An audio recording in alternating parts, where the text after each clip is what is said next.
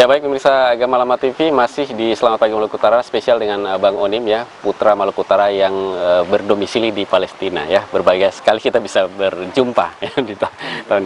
Baik Bang, ini berbicara tentang isu kemanusiaan ini kan. Abang juga tadi di segmen pertama sampai sekarang kan coba untuk menegaskan kepada publik bahwa isu Palestina ini jangan dibawa ke isu yang selain konteks kemanusiaan. Ya, sebenarnya kan memang adalah kemanusiaan yang terjadi ini. Nah, Abang mendirikan lembaga, benar demikian, dan sejauh mana Abang melihat Abang melakukan aksi-aksi sosial yang kabarnya memang selalu rutin dilakukan. Iya, memang beberapa tahun yang lalu saya juga mantan wartawan di beberapa televisi besar di Indonesia, salah satunya TV One, Metro TV.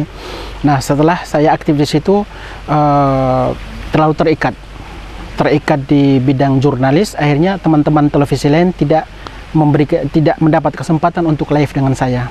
Akhirnya saya memilih untuk tidak terikat dan saya mendirikan kantor berita, namanya Kantor Berita Suara Palestina, adanya di kota Palestina.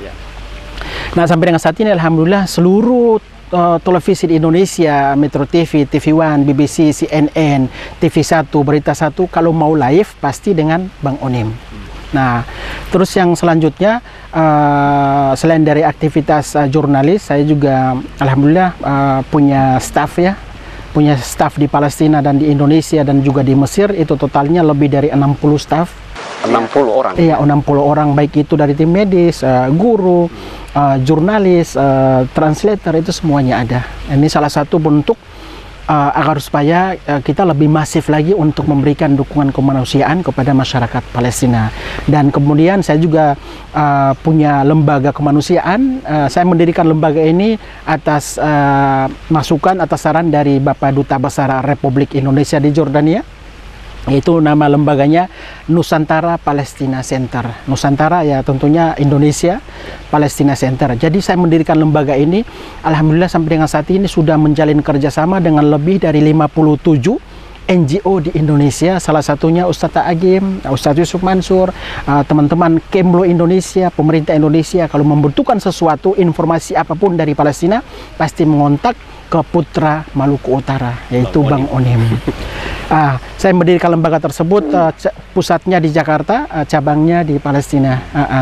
Jadi alhamdulillah dengan bekerja sama dengan lembaga tersebut, dalam setiap tahun kita mendistribusikan bantuan yang jika ditotalkan rupiahnya lebih dari 20 miliar rupiah. Bantuan, semua bantuan, yaitu bantuan kemanusiaan, bidang kesehatan, terus bidang pendidikan, karena lembaga yang saya dirikan ini adalah sosial kemanusiaan, kantornya di Jakarta, dan kedepannya mungkin tahun ini kita akan mengadakan program membangun klinik khusus ibu dan anak. Jadi dengan para selebritis pun alhamdulillah kita kerjasama, yaitu dengan Teh Meli Guslau, terus Mas Opik, Tombo Ati, terus Sabian, terus Wali Ben, terus Hedi Yunus. Ada beberapa selebritis, mereka lebih memilih komunikasi dengan saya karena yang saya bawa itu murni kemanusiaan. Tidak ada yang namanya bendera putih, bendera merah, bendera komunitas lain, itu nggak ada. Jadi alhamdulillah lembaga ini menjadi mediator atau jembatan untuk Indonesia ke Palestina. Jadi NPC, Yayasan NPC ini seluruh mayoritas dari lembaga di Indonesia mereka gabung di sini dan kita berangkat bareng ke sana. Nah, nanti setelah Hari Raya Idul Adha tahun ini saya akan membawa rombongan dari Indonesia, dari para faksi, lintas fraksi DPR MPR, teman-teman Kemlu, para ulama dan para selebritis yang bawa itu ke Palestina adalah putra dari Maluku Utara yang akan membawa mereka ke Palestina untuk melihat program yang telah kita laksanakan di sana, seperti membangun rumah tahfiz, masjid, dan klinik atau ruang THT, spesialis THT sudah kita bangun di sana. Insya Allah akan mereka pantau langsung di sana. Ya. Nah, kalau untuk program-program pemberdayaan, kan konflik itu kan juga menyisakan duka ya, artinya ada janda juga, ada anak yatim juga. Apakah memang Bang Onim juga mungkin menghidupkan program-program pemberdayaan khususnya untuk yang terpapar korban konflik itu? Ada? Memang Bang Ahmad ya, setiap kali terjadi peperangan pasti yang menjadi korban siapa? Menjadi korban adalah rakyat jelata atau warga sipil.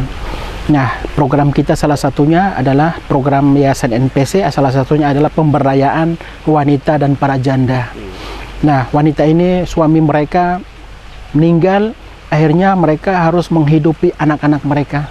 Jadi kita mengadakan yang namanya pelatihan untuk menjahit, menenun, program ini kerajinan tangan. Seperti yang Bang Ahmad pakai ini salah satu kerajinan dari wanita Palestina.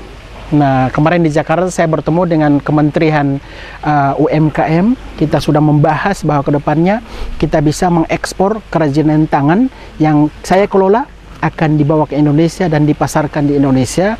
Hasil pasaran tersebut, ini sosial, kita bicara sosial, hasil pasaran tersebut akan dikembalikan lagi ke wanita Palestina agar supaya mereka bisa hidup tidak berharap dari bantuan makanan dari orang lain atau dari lembaga lain, biarlah mereka mandiri. Jadi ini program pemandirian memang sangat luar biasa ya. Kita tidak hanya bahasa kasarnya tidak hanya memberikan ikan, akan tetapi kita juga memberikan kailnya agar supaya mereka bisa mencari ikan sendiri. Nah, program selanjutnya kita juga ada setiap tahun jumlah anak yatim semakin bertambah, khususnya di jalur Gaza. Di jalur Gaza itu lebih dari 30.000 anak yatim. Nah, lembaga saya ini mengadakan yang namanya program Orang Tua Asuh Yatim Palestina. Program ini bukan berarti mendatangkan anak yatim ke Indonesia, tidak seperti itu.